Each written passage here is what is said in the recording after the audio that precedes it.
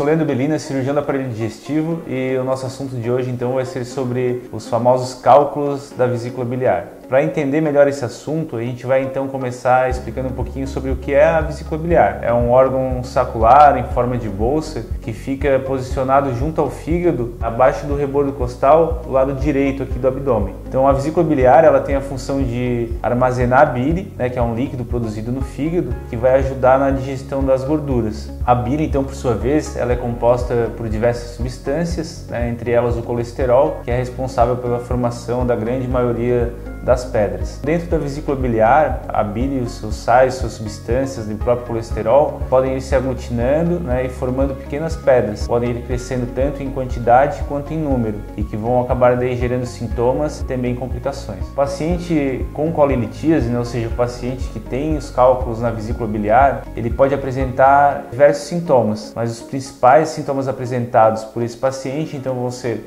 a dor em hipocôndrio direito, que seria a dor nessa região mais superior à direita do abdômen, náuseas, vômitos, principalmente após a alimentação, e uma alimentação também gordurosa contribui para isso. Dentre os fatores de risco para o surgimento dos cálculos da vesícula biliar, a gente pode destacar então a idade, então principalmente acima dos 40 anos, sexo feminino, a obesidade, o número de gestações de filhos é um fator de risco também, e o histórico familiar. Uma coisa muito comum de a gente ver é o paciente com um cálculo na vesícula biliar e que já tem aquele histórico familiar de uma mãe, um tio, um pai, alguém que já teve também episódios de crise de dor e chegou ao diagnóstico de colelitíase, do cálculo na vesícula biliar.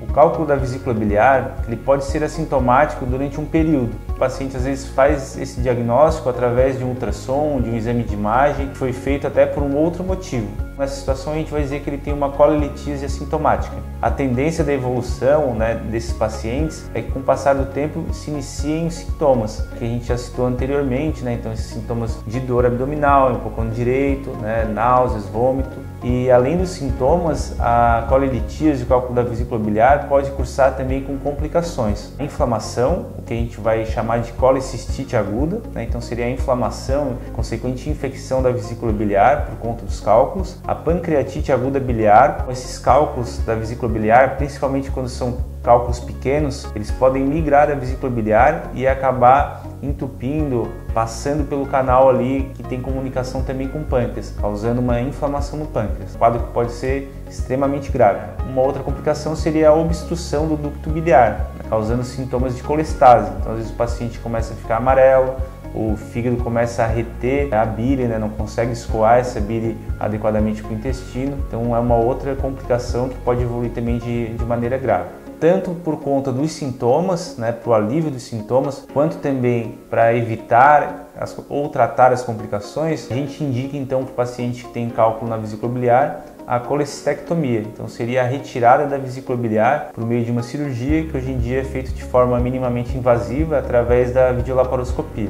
Uma pergunta comum: se existe algum medicamento ou alguma forma de remover esses cálculos da vesícula biliar que não por meio de cirurgia? E a resposta é não. Atualmente não existe nenhum medicamento que faça com que esses cálculos da vesícula biliar se dissolvam ou que evite a formação dos cálculos, e não tem nenhum tratamento também que vise a gente remover apenas os cálculos. E o problema ele está realmente na vesícula biliar. A cirurgia ela visa remover a vesícula e os cálculos, tratando então tanto os sintomas quanto as possíveis complicações.